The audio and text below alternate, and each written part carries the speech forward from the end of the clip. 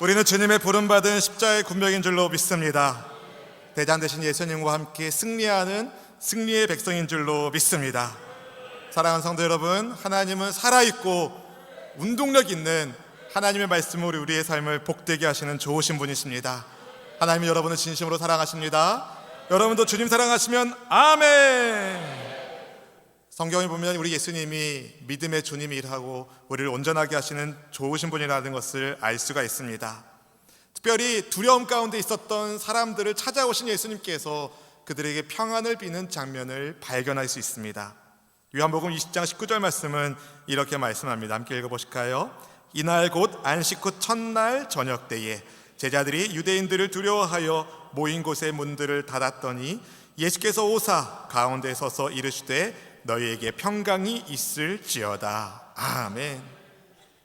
유대인들이 무서워서 문 닫고 숨어 있었던, 두려워하던 그들에게 부활하신 예수님 찾아오셔서 건네주신 첫 번째 메시지가 평강이 너희에게 있을지어다 입니다.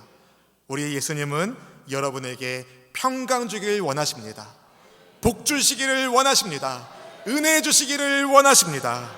그분의 은혜 속에서 우리가 한 주간을 살아왔음을 고백합니다. 우리의 인생 가운데 우리를 두려움에 빠뜨려는 악한 세상의 도전이 있지만 영적 싸움에서 우리가 이길 수 있는 것은 이미 예수님이 이겨놓으셨기 때문입니다. 하나님은 우리를 사랑하셔서 주님의 날개 아래 우리를 보호하셔 주십니다. 진실로 우리를 지켜주십니다. 오늘 십자가 군병으로서 마음을 다한 우리 호산나 찬양의 찬송을 주님이 받으신 것처럼 우리의 예배 또한 십자가의 군사로서 주님 사랑하는 마음으로 주님 이곳을 주목하시고 우리에게 하늘의 문을 열어달라는 기도의 마음으로 이 찬양을 부르고 하나님 앞에 예배하도록 하겠습니다.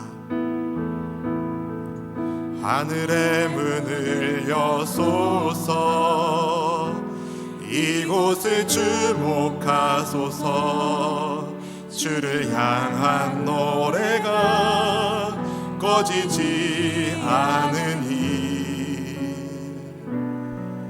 하늘을 열고 보소서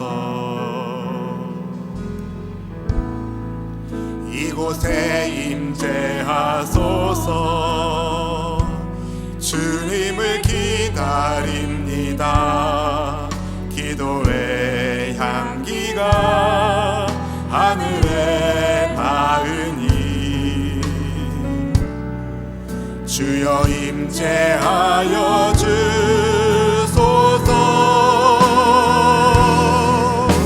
이곳에 오셔서 이곳에 앉으소서 이곳에서 드리는 예배를 받으소서 주님의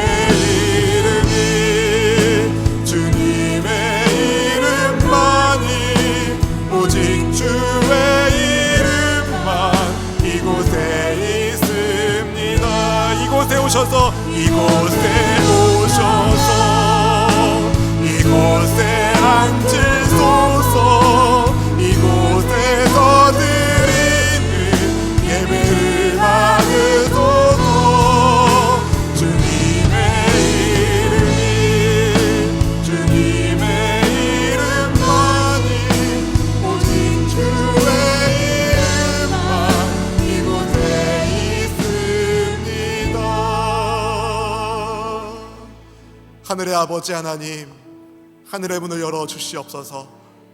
이 땅을 살아가는 주의 백성들이 하늘의 능력으로 살 수 있도록 하늘의 문을 열어 주옵소서. 이 시간 예수님의 이름으로 모인 이곳 가운데 우리 주님 좌정하시고 함께 하신 줄로 믿사오니 주님 우리를 주목하사 우리의 기도 가운데 찬송 가운데 응답하여 주옵소서.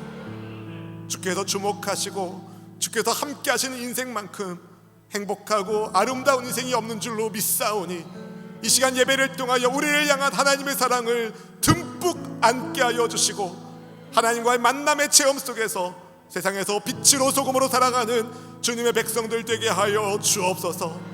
하나님이 부족한 종이 감히 하나님의 말씀을 들고 여기에 섰사오니 예수님의 십자가 뒤로 저를 가려워 주시고 오직 살아있고 온전하게 있는 하나님의 말씀만이 온전히 증거될 수 있도록 성령 하나님 주장하여 주옵소서.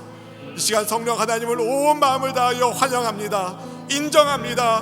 모셔드립니다. 성령께서 운행하시고 역사하는 복된 예배로 이 시간을 축복하여 주옵소서.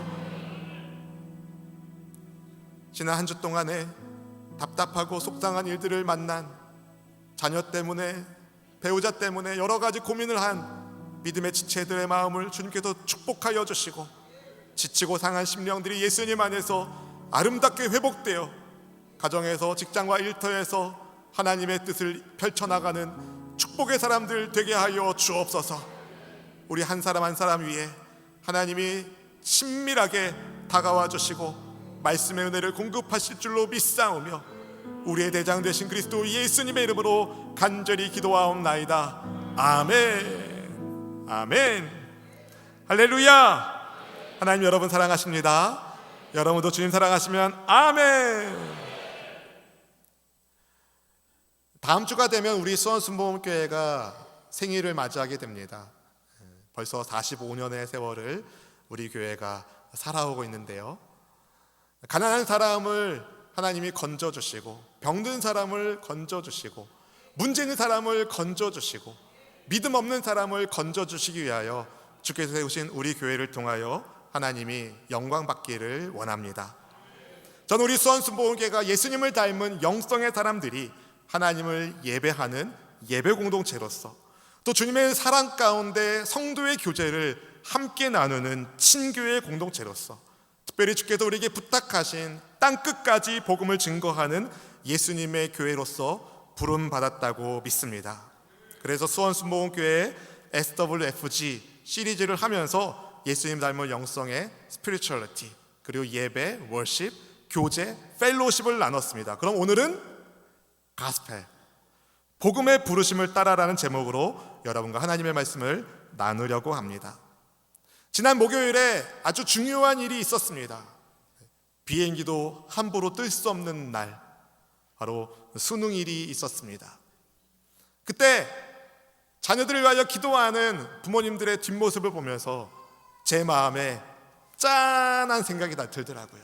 여러분, 우리 한 사람을 한 사람을 향한 아버지의 마음이 바로 그러할 거라 생각됩니다. 바라기는 시험을 본 우리의 아이들이 하나님께서 열어주시는 생명의 길, 축복의 길을 걸어갈 수 있도록 여러분 계속하여 기도해 주시기를 부탁드립니다.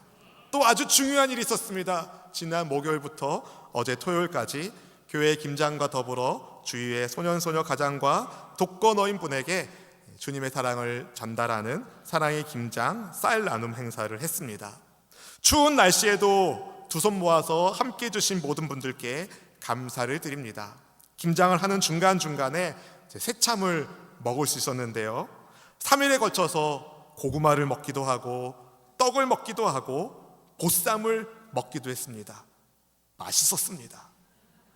겉절이 김치에 싸먹으니까 그 맛이 기가 막혔습니다. 함께 수고하며 애쓰는 사랑의 지체들과 함께 먹으니 기분도 애들 말만 따라 왔다였습니다. 너무 좋았어요. 근데 오늘 본문의 말씀이 이렇게 시작합니다. 그들이 조반 먹은 후에. 그날의 아침은 아주 특별한 시간이었습니다. 왜냐하면 예수님께서 주님 떠난 제자들을 찾아가셔서 그들을 위해서 예비해 주신 아침 밥상이었기 때문에 그렇습니다. 새벽 이른 아침에 해가 뜰 때쯤 갈릴리에서 고기잡이를 하고 있던 제자들을 예수님이 찾아오셨습니다. 그리고 그들에게 물으셨습니다. 너희에게 고기가 있느냐?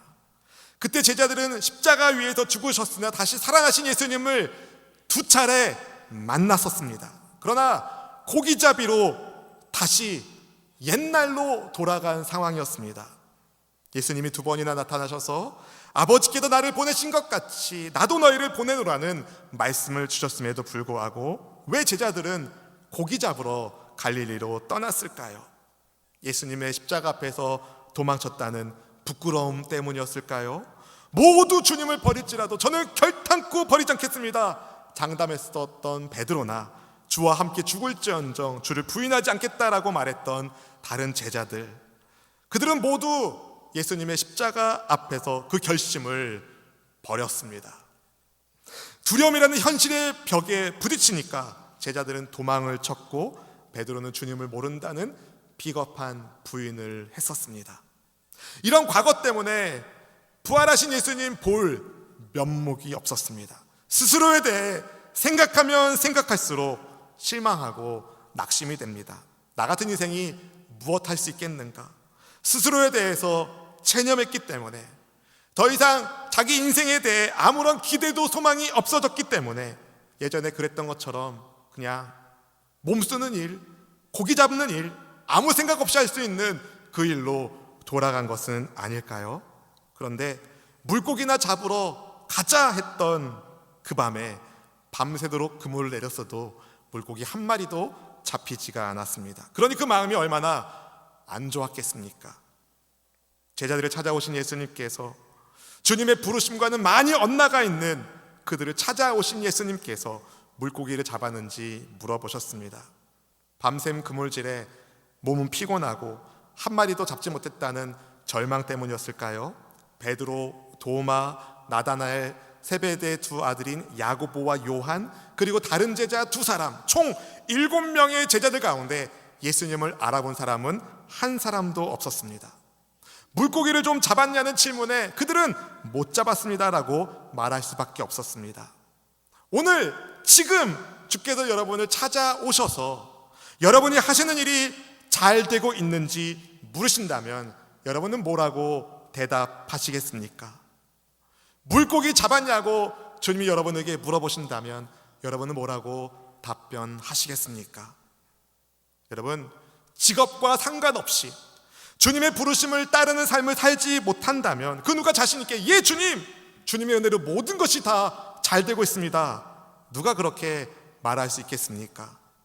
사랑하는 성도 여러분, 주님의 부르심을 따르는 삶을 살지 못한다면, 주님의 부르심과 핀트가 어긋난 삶을 살고 계시다면 밤새 수고하여 그물을 던져도 아무것도 잡지 못했던 제자들처럼 우리의 모든 수고도 헛되고 헛될 뿐입니다. 설령 많은 물고기를 잡았어도 그것이 축복이 아닙니다. 많은 물고기를 잡아서 부를 이루었다 한들 그 영화는 아침 이슬처럼 사라지게 될 것이 뻔합니다. 그래서 우리는 반드시 주님의 부르심을 따르는 삶을 살아야 됩니다. 반드시 영원하신 하나님께서 복 주시는 삶을 살아야 될 줄로 믿습니다. 예수님께서 배 오른편에 그물을 던지라고 말씀하셨습니다. 그러면 많은 물고기를 잡게 될 거라고 하셨습니다. 제자들이 그대로 따랐습니다. 과연 물고기가 너무 많이 잡혀서 그물을 끌어올리기 어려울 정도가 되었습니다. 이 기적은 제자들로 하여금 예수님과의 추억을 떠오르게 합니다. 이전에 그들이 한 마리의 물고기도 잡지 못했을 때, 예수님 말씀에 의지하여 베드로가 깊은 곳에 그물을 던졌을 때에 많은 물고기를 잡은 적이 있지 않습니까? 사도 요한이 예수님을 알아보고 베드로에게 형님, 주님시다라고 말해줍니다. 그 말을 듣는 베드로 겉옷을 두른 채 곧바로 갈릴리 바다를 헤엄쳐 예수님께로 갔습니다. 부활의 예수님을 2차례나 만났지만 물고기 잡으러 떠나겠다고 갈릴리로 간 베드로는 왜 헤엄을 치면서까지 예수님을 서둘러 만나고 싶었을까요? 예수님이 너무 보고 싶었던 겁니다. 비록 예수님께서 십자가 고난의 길을 걸어가실 때 주님을 부인했던 그 상처가 베드로의 마음 가운데 있지만, 그래도 주님을 떠나긴 했지만 베드로의 속마음에는 주님이 보고 싶은 겁니다. 주님을 여전히 사랑하고 있었습니다. 어쩌면 그 밤에 한 마리의 물고기도 잡지 못하던 그 밤에 베드로는 예수님과 함께 있었던 지난날의 세월을 추억했을지도 모릅니다. 예수님이라면 도와주실 텐데. 헤엄쳐 육지로 올라간 베드로의 눈앞에 예수님께서 손수 마련해 주신 아침 밥상이 보였습니다. 숯불 위에 생선이 구워져 있었고 떡이 있는 것을 볼 수 있었습니다. 제자들이 다 육지에 왔을 때 아무도 예수님께 주님이십니까? 물어보지 못했습니다. 예수님이 분명했거든요. 선뜻 예수님이 준비하신 아침을 먹기 어려워 머뭇거리고 있는 제자들에게 주님이 손수 떡과 물고기를 건네주셨습니다. 예수님은 변함없이 제자들을 사랑하셨습니다. 그들이 무너져 있는 영적 상태에 빠져 있었다 하더라도, 그들의 마음이 어두움 가운데 있었더라도 예수님은 그들을 찾아오셔서 그들을 사랑으로 안아주시는 것을 보게 됩니다. 여러분, 우리를 향한 예수님의 사랑이 바로 이런 사랑입니다. 여러분을 향한 예수님의 사랑이 바로 이런 사랑입니다. 세상은 실패한 사람을 무시합니다. 눈여겨보지 않습니다. 관심 없습니다. 그러나 예수님은 실패한 제자들을 찾아오셔서, 실패한 인생들을 찾아오셔서 주의 사랑으로 회복시켜 주시는 좋으신 분이십니다. 주님의 그 크신 사랑으로 우리의 몸과 마음 그리고 영혼 또한 회복된 줄로 믿습니다. 회복되고 있는 줄로 믿습니다. 예수님이 준비하신 아침 식사를 마친 후 주께서 베드로에게 질문하셨습니다. 본문의 15절 말씀을 함께 읽어보실까요? 그들이 조밥 먹은 후에 예수께서 시몬 베드로에게 이르시되 요한의 아들 시몬아, 네가 이 사람들보다 나를 더 사랑하느냐 하시니 이르되 주님, 그러하나이다. 내가 주님을 사랑하는 줄 주님께서 아시니이다. 이르시되 내 어린 양을 먹이라 하시고. 아멘. 예수님은 베드로를 뭐라고 부르셨습니까? 요한의 아들 시몬아. 뭐라고 부르셨어요? 요한의 아들 시몬아, 이렇게 부르셨습니다. 베드로의 옛 이름으로 부르셨습니다. 여기에 의미가 있습니다. 주님은 베드로를 처음 만날 때 그에게 너는 장차 게바라 하리라, 베드로라 하리라 이름을 바꿔 불러주셨습니다. 예수님을 만난 안드레가 형제 시몬을 데리고 예수님께로 왔을 때 주님이 시몬의 이름을 게바로 부르셨어요. 요한복음 1장 42절 말씀 같이 읽어보실까요? 데리고 예수께로 오니 예수께서 보시고 이르시되 네가 요한의 아들 시몬이니 장차 게바라 하리라 하시니라. 게바는 번역하면 베드로라. 아멘. 예수님께서 사람들이 나를 누구로 아느냐, 그리고 제자들에게 너희는 나를 누구로 아느냐 물어보셨을 때에 베드로는 주님은 그리스도시고 살아계신 하나님의 아들이십니다 라고 대답을 했습니다. 이 놀라운 고백을 들은 예수님이 베드로의 이름을 축복하면서 이런 말씀을 주셨습니다. 마태복음 16장 18절 말씀까지 읽어보실까요? 또 내가 네게 이르노니 너는 베드로라. 내가 이 반석 위에 내 교회를 세우리니 음부의 권세가 이기지 못하리라. 아멘, 아멘. 사랑하는 성도 여러분, 베드로란 이름은 반석 같은 그의 인생을 보여주는 이름입니다. 하나님의 나라를 위하여 교회를 세우는 반석 같은 인생을 그가 살 것을 의미하는, 즉 베드로라는 이름은 예수님께서 그에게 주신 비전과 소명의 이름입니다. 그런데 예수님의 말씀에서 베드로를 시몬이라 부르시는 것에서 우리는 한 가지 사실을 발견하게 됩니다. 베드로가 비전과 소명을 잃어버렸구나. 예수님은 아셨습니다. 베드로가 주님께서 주신 비전과 소명을 잃어버렸다는 것을. 그런 베드로를 주님이 찾아오셔서 네가 나를 사랑하느냐 물으신 것입니다. 모든 것 아시는 예수님께서 몰라서 물어본 것이 아닙니다. 베드로의 실패와 연약함, 소명을 잃어버림을 주님은 다 알고 계셨습니다. 그래도 베드로 안에 주님을 사랑하는 마음이 있다는 것을 아셨어요. 왜 예수님은 베드로에게 3번이나 네가 나를 사랑하느냐 물으셨을까요? 베드로를 너무 사랑하시기 때문에 물어보신 겁니다. 주님을 3번이나 부인했던 그의 옛 상처를 치유하시기 위하여 3차례 그에게 물으셨습니다. 주님과의 문답을 통하여 베드로는 예수님을 부인한 사람에서 예수님께로부터 용서받은 사람이 됩니다. 더 나아가 그가 잃어버렸던 사명과 비전을 주님이 새롭게 주십니다. 복음의 부르심에 따라 사는 삶이라는 이 중요한 사명을 베드로에게 주시기 위하여 시몬아, 네가 나를 사랑하느냐 예수님이 그에게 질문하신 것입니다. 한번 예를 들어보겠습니다. 사랑하는 연인이 있었습니다. 어느 날 여자가 남자에게 물어봅니다. 자기야, 나 사랑해? 그럼 남자는 뭐라고 얘기해요? 그럼 사랑하지. 여자가 또 물어봅니다. 자기야, 정말 나 사랑해? 정말? 그럼 남자가 얘기합니다. 아, 그럼 내가 당신 사랑한다니까. 진짜야. 근데 여자가 또 물어보는 거예요. 진짜 나 사랑해요? 진짜? 진짜? 진짜? 그럼 여러분, 남자가 어떻게 반응하겠습니까? 걱정이 되는 거예요. 무슨 일이 있나? 왜 그러지? 근심이 됩니다. 그러지 않겠습니까? 그리고 남자가 이렇게 말할 거예요. 자기야, 나 정말 당신 사랑해. 왜? 무슨 일 있어? 염려하지 말고 나한테 말해봐. 내가 도와줄게. 남자의 사랑을 확신한 여자는 아주 중요한 이야기를 연인에게 하지 않을까요? 베드로의 사랑의 고백을 확인하시면서 예수님은 그에게 아주 중요한 사명을 부탁하십니다. 내 양떼를 먹여라. 내 양떼를 돌봐달라. 내 어린 양떼를 먹여달라고 부탁을 하십니다. 정말 중요한 사명을 베드로에게 맡기신 겁니다. 주님을 사랑하는 베드로에게 사랑하는 주님의 양떼를 맡겨주신 것입니다.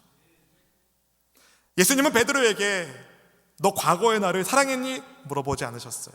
앞으로 나를 사랑할 거니? 미래에 대해서 물어보지 않으셨어요. 네가 지금 나를 사랑하느냐? 물어보셨습니다. 여러분, 사랑은 과거가 아니라 미래가 아니라 지금 고백되어야 할 하나님의 성품인 줄로 믿습니다. 우리를 사랑하신 예수님께서 오늘 저와 여러분에게 물어보고 계십니다. 너희는 나를 사랑하니? 너는 나를 사랑하니?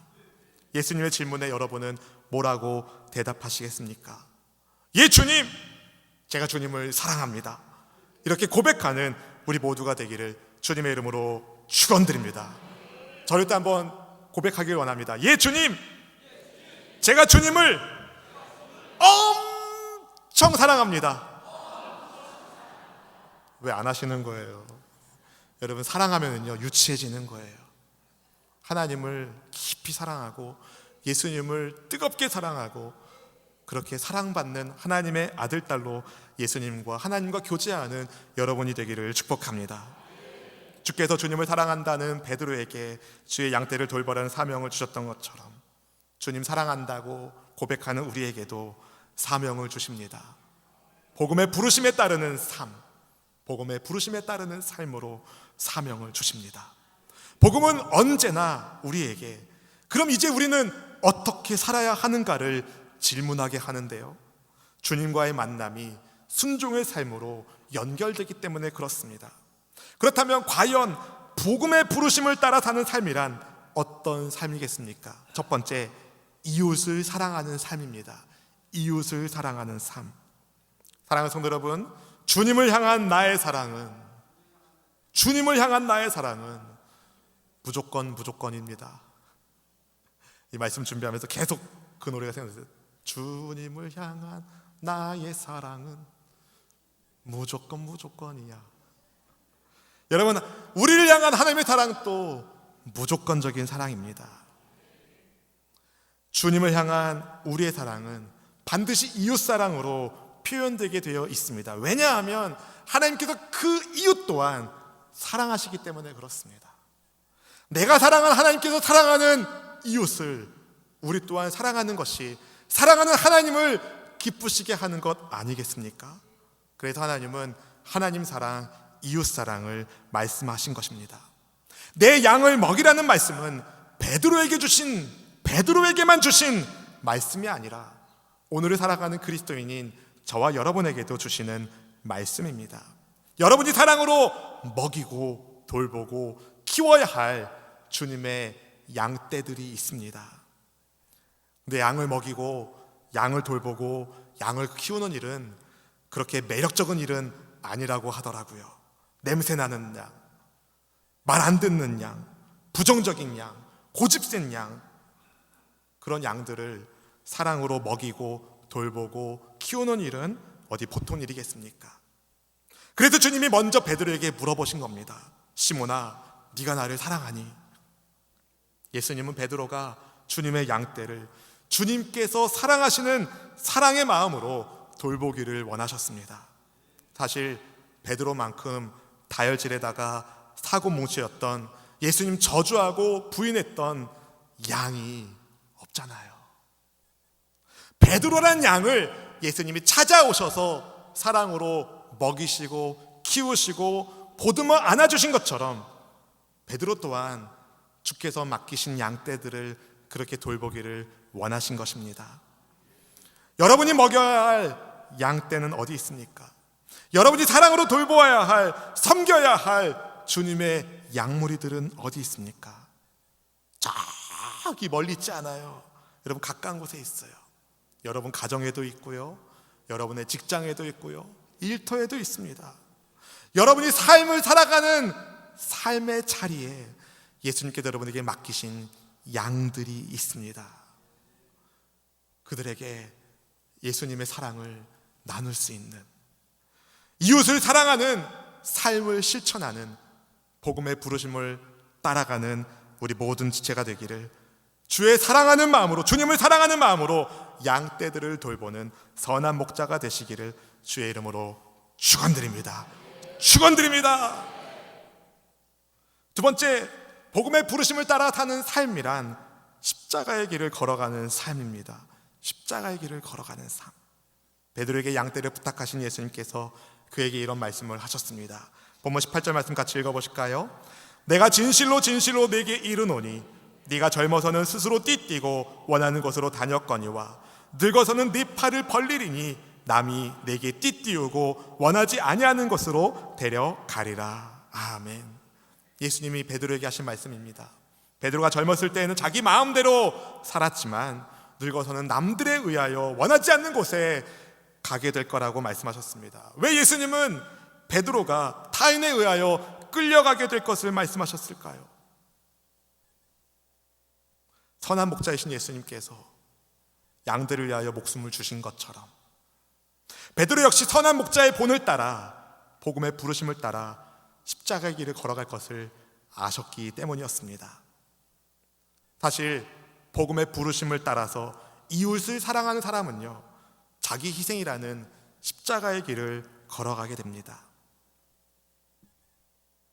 그런데 그렇게 십자가의 길을 걸어가는 사람은 죽음으로도 하나님께 영광을 돌린다고 합니다. 본문의 19절 말씀 같이 읽어보실까요? 이 말씀을 하심은 베드로가 어떠한 죽음으로 하나님께 영광을 돌릴 것을 가리키심이러라.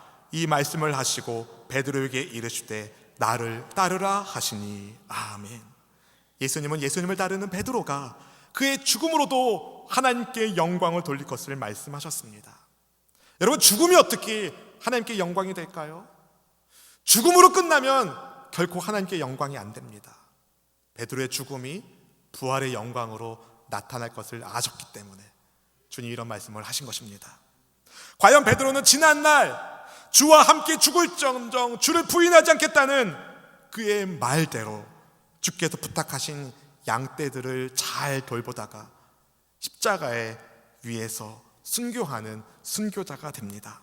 그래서 우리는 더 이상 베드로를 예수님을 부인한 사람으로 기억하지 않습니다. 오히려 복음의 부르심을 따라 살아간 하나님의 사람으로 그를 기억하고 있습니다. 사랑하는 성도 여러분, 예수님은 주님을 따르는 사람은 자기를 부인하고 자기 십자가를 지고 예수님을 따라야 된다고 말씀하셨습니다. 예수님 십자가의 종착점이 골고다 해골이라는 사형장이었어요. 자기 십자가를 지고 가는 길의 종착점은 내가 죽는 곳입니다. 나의 옛자, 죄된 옛자는 죽고 예수님의 부활의 예수님의 영광의 삶을 사는 삶이 십자가의 길을 걸어가는 복된 삶입니다. 그 길 끝에 부활의 영광이 있습니다. 부활의 영광이 있습니다. 믿으시면 아멘. 우리가 예수님을 정말 사랑한다면 우리는 복음의 부르심을 따라 살아야 됩니다. 복음의 부르심을 따르는 삶이란 두 가지 말씀드렸습니다. 이웃을 사랑하는 삶, 십자가의 길을 걸어가는 삶. 두 개는 사실 연결되어 있습니다. 이웃을 사랑하는 삶을 살다 보면 자기 희생을 해야 돼요. 자기 희생 없이 이웃 사랑이 나오지 않습니다. 정말 이웃을 사랑한다면 십자가의 예수님을 알려주어야 됩니다. 이웃 사랑하는 삶, 십자가의 길을 걸어가는 삶, 혹시 생각만 해도 마음이 무겁습니까? 여러분, 그렇지 않습니다. 복음은요, 굿뉴스, 기쁜 소식입니다. 내 힘으로, 내 의지로, 내 노력으로 하려면 아무것도 안 돼요. 오히려 체념하게 되고 다시 물고기 잡으러 가겠다고 떠나게 됩니다. 내 힘이 아니라 나를 찾아오신 예수님의 사랑을 붙잡고, 할렐루야, 나를 찾아와 주신 예수님의 사랑을 붙잡고 기쁜 소식을 따르는 복음의 부르심을 따라갈 때에 우리 안에 진정한 기쁨, 하나님께서 주시는 기쁨이 넘칠 줄로 믿습니다. 여러분의 이웃을 사랑으로 돌봐주시길 축복합니다. 여러분의 그 이웃이 가깝게는 배우자일 수 있고, 자녀일 수 있고, 가까운 친구일 수 있고, 여러 사람들이 있어요. 이웃을 사랑으로 섬기는 삶 때문에 혹시 자존심 상하거나 속상한 일이 생길 수 있어도 여러분, 그것이 주께서 인정하시는 자기 희생, 십자가의 길인 것을 기억하시고 선을 행하되 끝까지 낙심하지 않는 우리 모두가 되기를 축복합니다. 나를 생명을 다해 사랑하시는 예수님께 우리 또한 사랑으로 순종하는 복음의 부르심을 따라가는 모든 지체가 될 수 있기를 주의 이름으로 축원드립니다. 오늘 말씀을 준비하면서 어떤 찬송을 부르면 좋을까 찬송가를 살펴보다가 찬송가 560장이 눈에 들어왔습니다. 가사가 이래요. 주의 발자취를 따름이 어찌 즐거운 일 아닌가. 마음에 맑은 하늘 열리고 밝은 빛이 비친다. 주의 발자취를 따름이 어찌 행복한 일이 아닌가. 마음에 악한 생각 사라져 밝은 마음 싹 튼다. 주의 발자취를 따름이 어찌 든든한 일 아닌가. 마음의 두려움은 사라져 새로운 힘 쏟는다. 발자취를 따라가는 저 여러분들에게 축복합니다. 예수님을 따라가는 주의 제자가 되기를 주의 이름으로 축원합니다.